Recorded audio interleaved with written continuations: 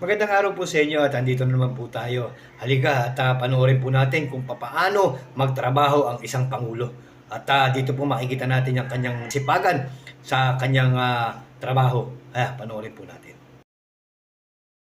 Sa lahat ng ating mga kababayan na SSS member, meron akong magandang balita. Simula itong Disyembre na ito, ay makakapagbigay na ang SSS na tinatawag na emergency loan.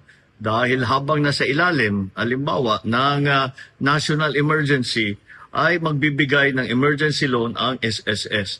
Ito ay isang pautang na ang bayad ay mababa lang, 7% lang. Bukod pa riyan, ay meron tinatawag na 6-month moratorium.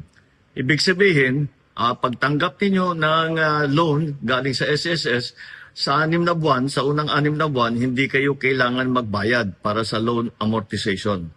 Para naman mapagaan ang inyong dala. Magagamit po ninyo itong loan na ito para sa inyong pangangailangan, lalo na, kagaya ng aking nabanggit, pagka-emergency, ito po ang makukuha ninyo sa SSS.